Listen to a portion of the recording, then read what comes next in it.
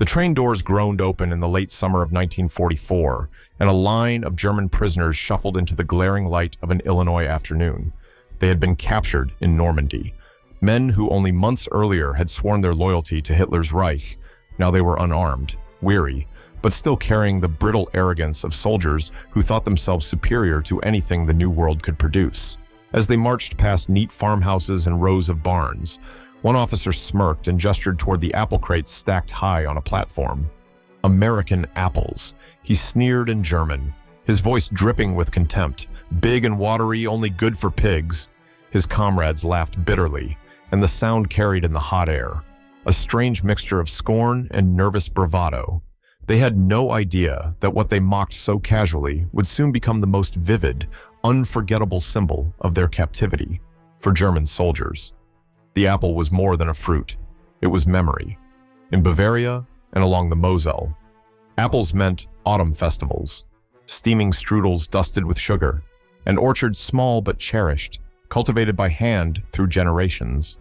They believed no orchard in the world could rival their own. No flavor could surpass the tart-sweet balance of a German apple. That pride carried them across an ocean, even as prisoners, as if the idea of German quality might shield them from humiliation. Yet America in 1944 was not the land of scarcity they expected. It was a nation of abundance, where apples were not delicacies but common fare, stacked in piles along railroad sidings, sold for pennies in markets, pressed into cider in factories that worked around the clock. The POWs did not yet know that the United States produced over 40 million bushels of apples annually during the war, enough to feed not only its own people, but also soldiers overseas and eventually its enemies behind barbed wire. A corporal at the back of the line, 19 years old and far from Saxony, muttered under his breath, "All show, no taste." His words were recorded later in a confiscated letter draft, never sent.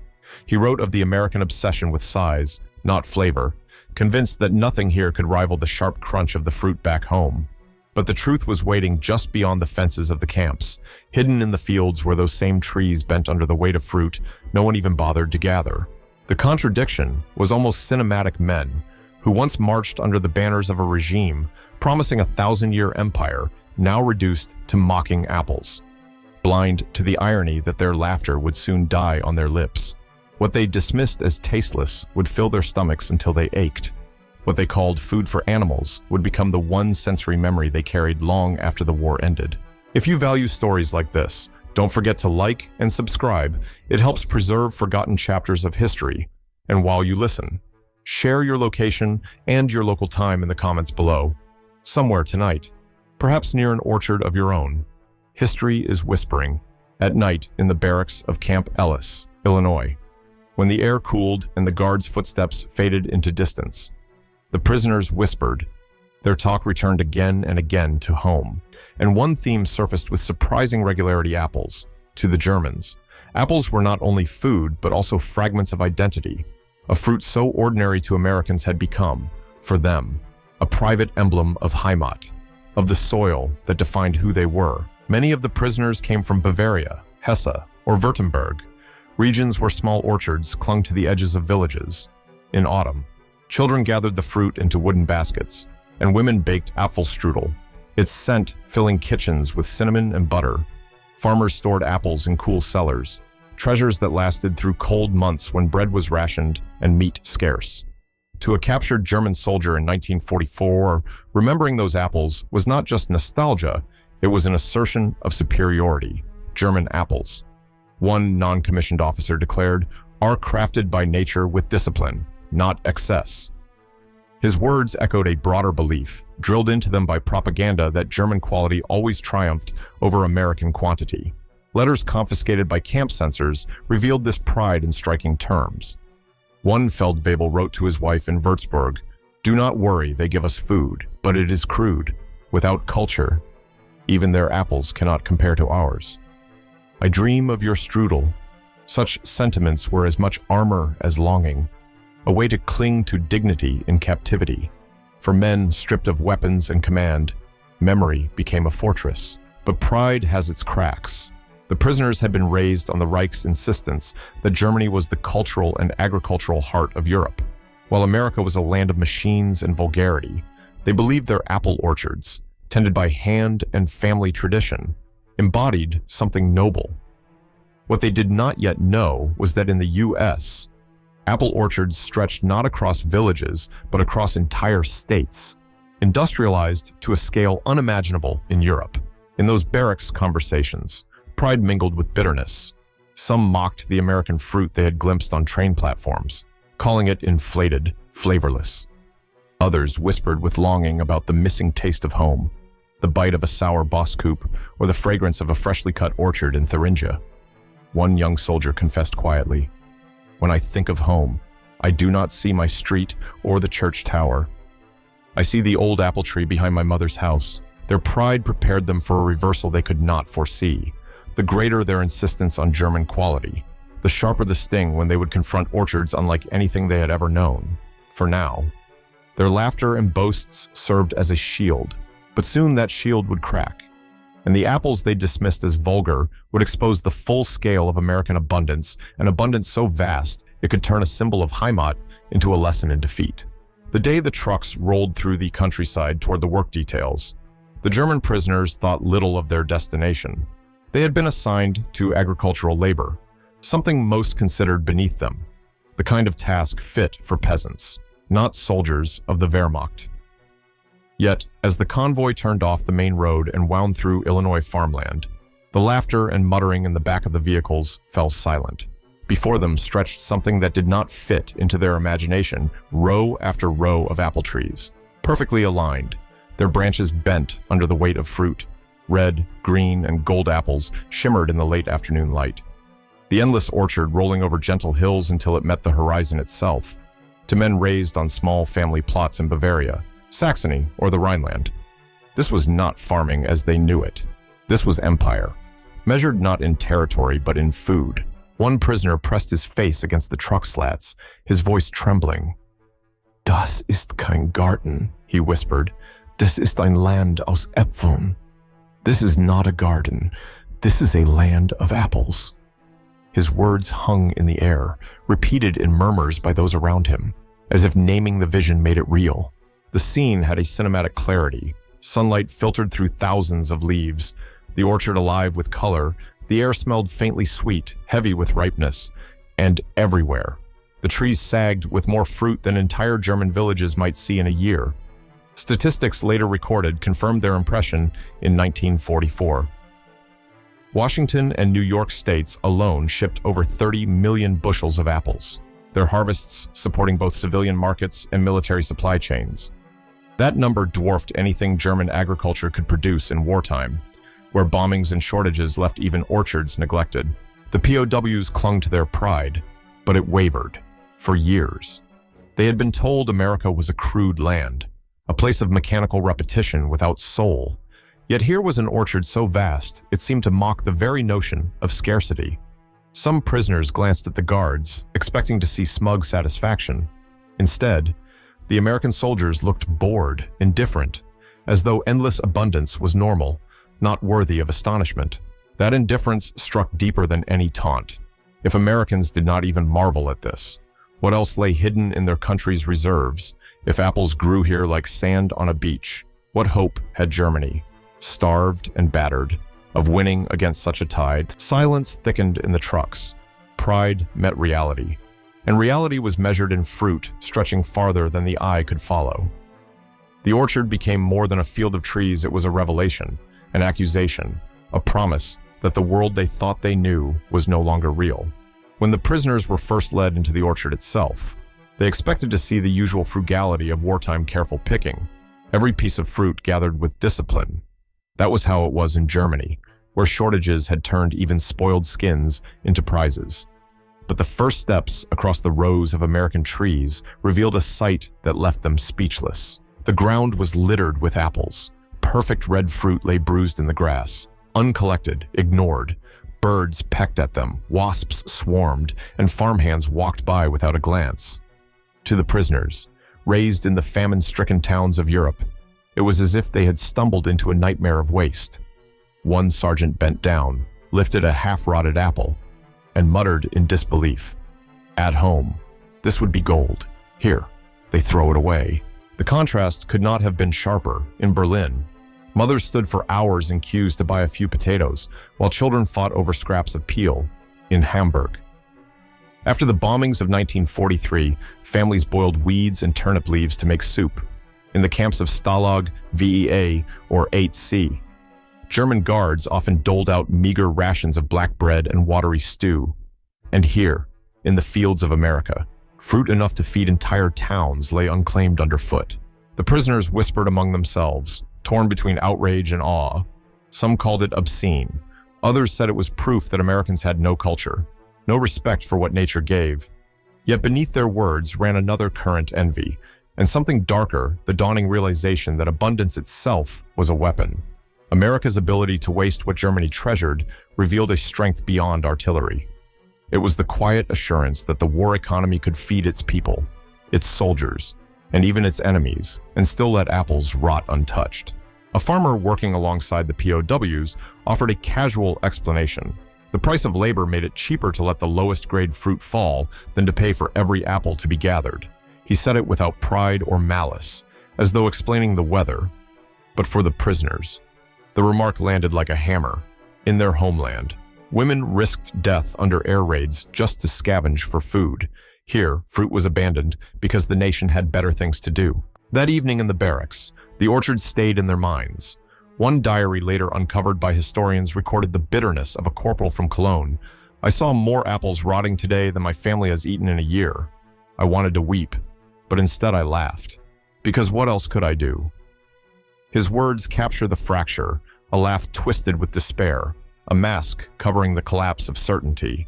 The orchard floor had become more than soil. It was a mirror showing them the scale of their defeat. Where every discarded apple glowed like a silent accusation, this is what victory looks like. The following morning, the prisoners were lined up once again at the edge of the orchard. They expected another long day of stooping in the dirt, filling crates for someone else's table. Instead, an American guard in a dusty uniform strolled forward, lifted a basket with one hand, and in halting German announced something that sounded like a joke. "Essen Sie, so viel Sie wollen. Eat as much as you like."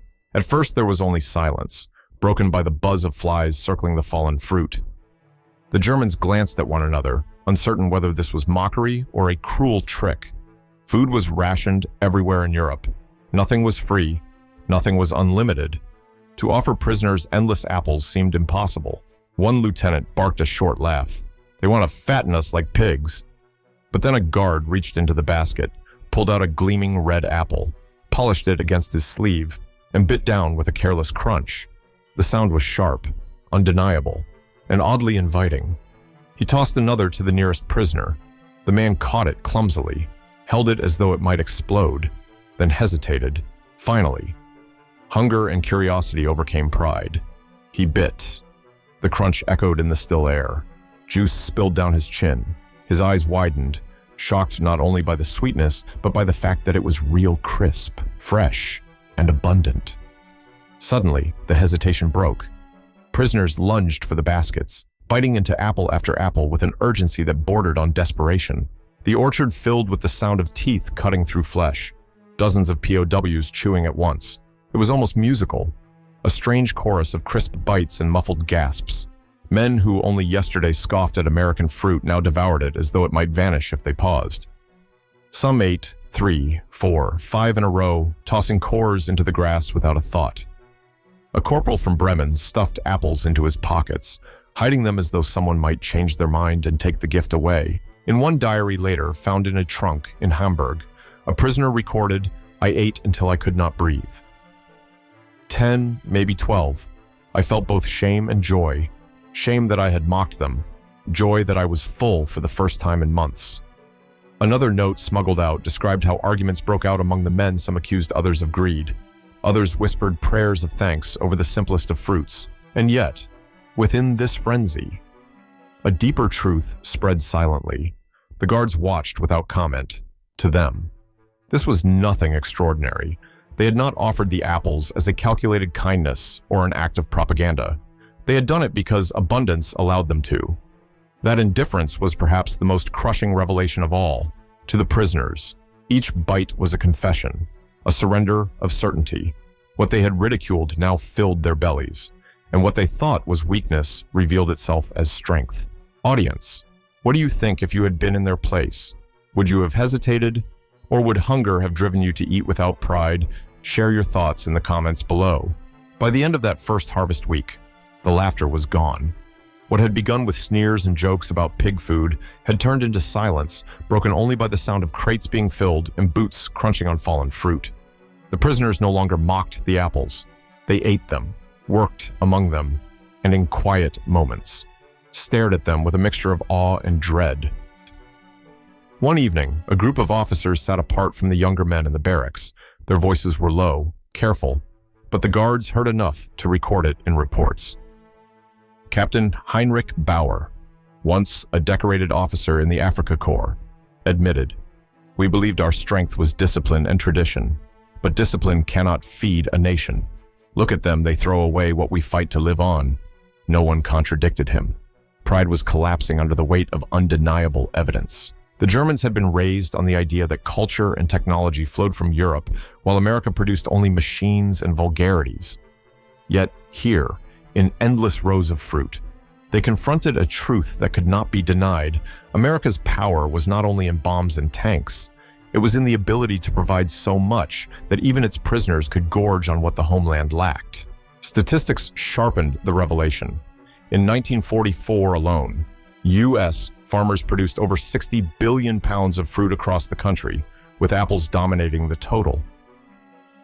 That same year, German cities endured rationing so strict that the average civilian received less than once in 500 calories a day.